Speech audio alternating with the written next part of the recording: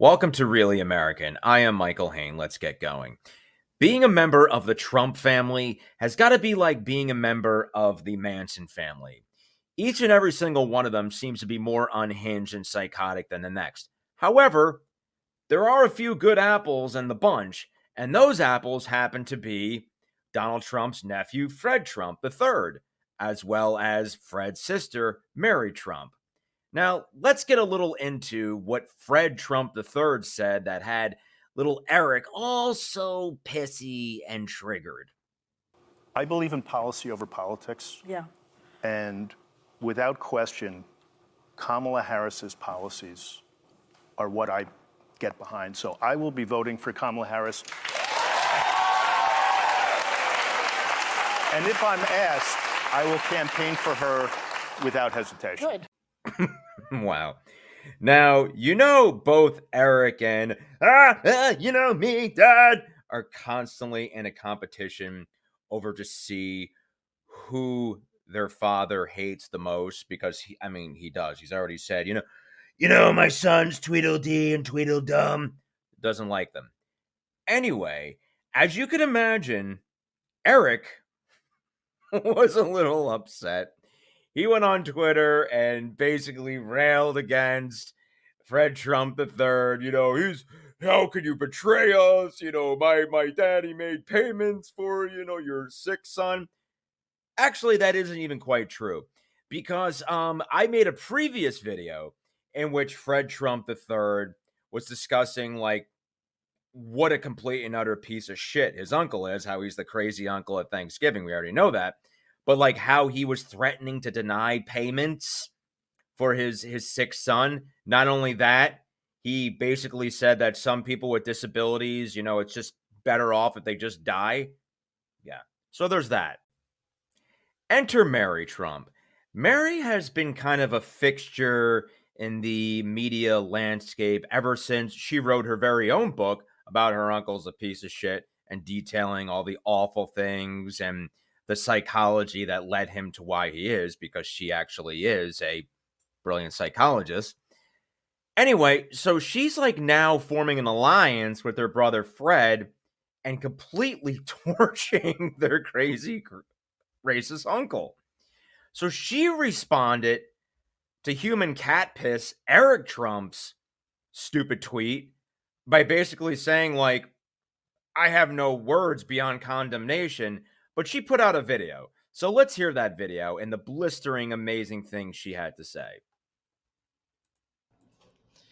Earlier this week, my brother Fred published a book in which he told an anecdote that shone a spotlight on our Uncle Donald's cruelty.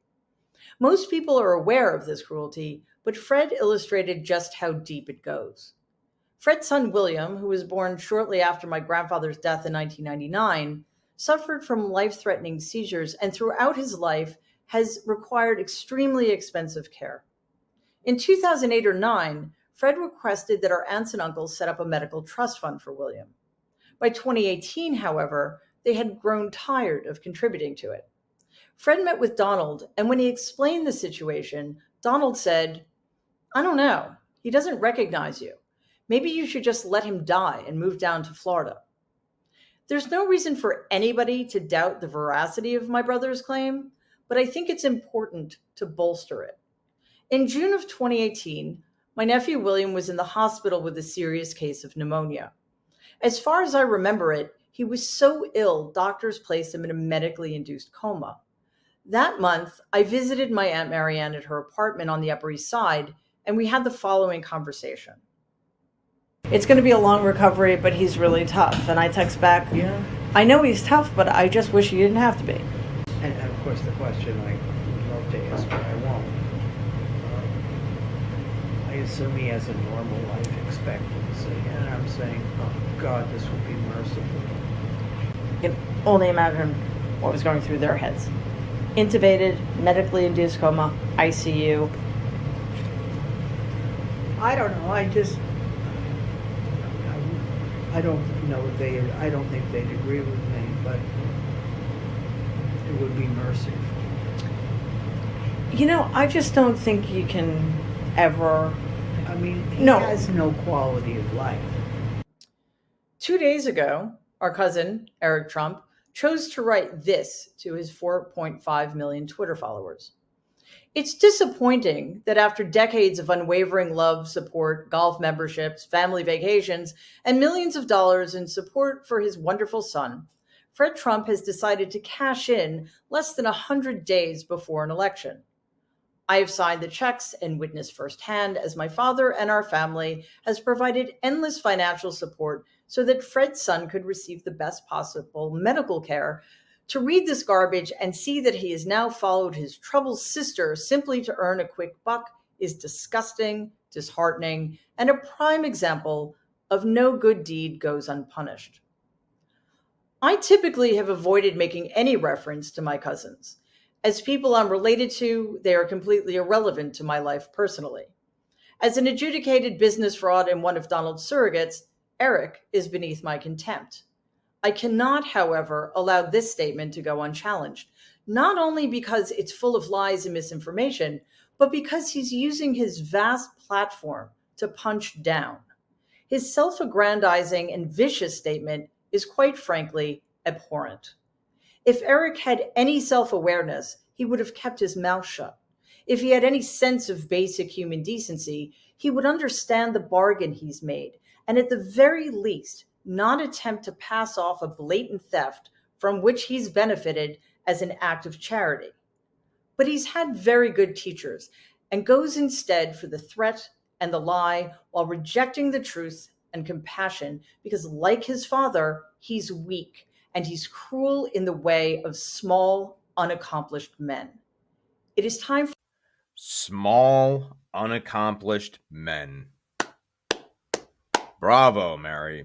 We must get that on t-shirts, bumper stickers, and everything imaginable. Nobody can better encapsulate the sheer cruelty, sociopathic, single-minded, one-dimensional, pathetic, horrific nature of this monstrous family, quite like Mary Trump can, and now apparently Fred Trump. They happen to have a decent father. If we were ever to have a Trump as president, it should have been Fred Trump. It's a shame what happened to him. He sounded like a really upstanding, funny, decent guy. And apparently he left us way too early, unfortunately, but he raised some credible, intelligent, decent, humanitarian children. And I praise both of them for stepping forward and vociferously calling out their psychotic uncle, their crazy, senile, racist, psychotic uncle, as much as possible. So once again, bravo, Mary Trump.